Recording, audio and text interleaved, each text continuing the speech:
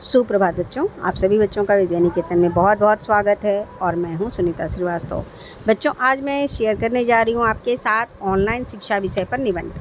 तो जैसे कि हर निबंध की शुरुआत हम प्रस्तावना से करते हैं, तो यहाँ भी हम सबसे पहले प्रस्तावना लिखेंगे। और आज यहाँ पे प्रस्तावना में देखिए हम क्या लिखेंगे। आज के डिजिटल युग में ऑनलाइन शिक्षा एक क्रांतिकारी बदलाव के रूप में उभरी है। यह शिक्षा का एक ऐसा माध्यम बन चुका है जो समय और स्थान की सीमाओं को तोड़ता है।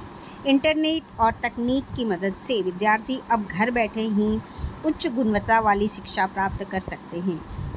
ऑनलाइन शिक्षा का अर्थ क्या है, ये हम यहाँ पे निबंध में अपने डालेंगे। ऑनलाइन शिक्षा का तात्पर्य इंटरनेट के माध्यम से दी जाने वाली शिक्षा से है। इसमें विद्यार्थी मोबाइल, कंप्यूटर या टैबलेट का उपयोग करके विभिन्न विषयों को वीडियो, PDF, लाइव कक्षाओं द्वारा सीखते हैं। यह शिक्षा प्रणाली पारंपरिक कक्षा पद्धति की तुलना में अधिक लचीली और अधिक सुलभ है।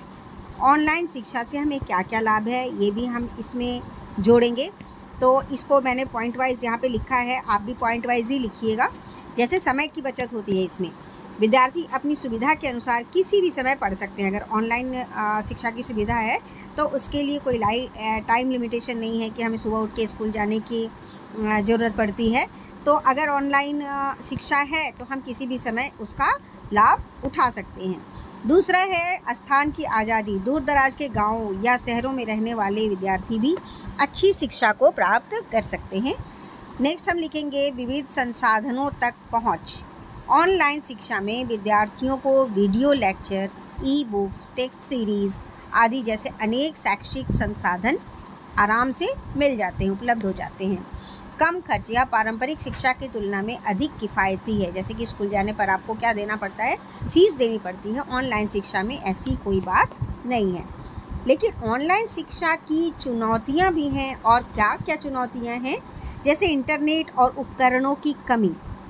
अगर इनकी कमी हो तो ऑनलाइन शिक्षा के रास्ते में ये एक बहुत बड़ी चुनौती होगी। सभी छात्रों के पास मोबाइल, लैपटॉप या इंटरनेट की सुविधा जब नहीं होती है तब ऑनलाइन शिक्षा का कोई मतलब नहीं बनता है। तो ये एक बहुत बड़ी चुनौती है। सीधे संवाद की कमी। शिक्षक और छात्र के बीच में प्रत्यक्ष बातचीत कम हो जाती है, जिसमें संदेह समाधान में कठिनाई होती है। एकाग्रता की समस्या। घर का माहौल पढ़ाई के लिए अनुकूल नहीं होता, जिससे ध्यान भटक सकता है। शारीरिक गतिविधियों की कमी। अब ऑनलाइन शिक्षा जब चलती है तो हम एक जगह ही बैठ के अपना काम करते हैं, अपनी पढ़ाई करते हैं, तो क्या होता है उस समय हमारी शारीरिक गतिविधियां रुक जाती हैं। तो ऑनलाइन शिक्षा में शारीरिक विकास या खेल कूद की गतिविधियां भी नहीं हो पाती हैं।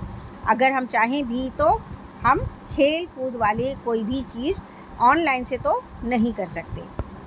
नेक्स्ट है हमारा उपसंहार। ऑनलाइन शिक्षा आधुनिक शिक्षा प्रणाली का एक अभिन्न हिस्सा बन चुकी है। यह विशेष रूप से उन परिस्थितियों में लाभकारी सिद्ध हुई है जब विद्यालय बंद रहे, जैसे कि कोविड-19 महामारी के समय। हालांकि इसके साथ कुछ चुनौतियां भी जुड़ी हुई हैं, लेकिन इन समस्याओं का अगर समाधान किया जाए तो ऑनलाइन शिक्षा भविष्य की शिक्षा प्रणाली में एक मजबूत आधार बन सकती है। अतः हमें इसे अपनाते हुए इसके सही उपयोग की दिशा में प्रयास करना चाहिए। तो अगर आप छोटी क्लास में हैं या अगर आप चाहते हैं कि ये निबंध किसी खास कक्षा के लिए या कोई शब्द सीमा हो कि 150 शब्दों में या 300 शब्दों में लिखना है, तो आप कमेंट सेक्शन में मुझे ज़रूर बताएं। मैं उसके अनुसार इसको तैयार करने की कोशिश करूँगी। थैंक यू बच्चों, हैव ए नाइस डे। आप अपनी पढ़ाई जारी रखें।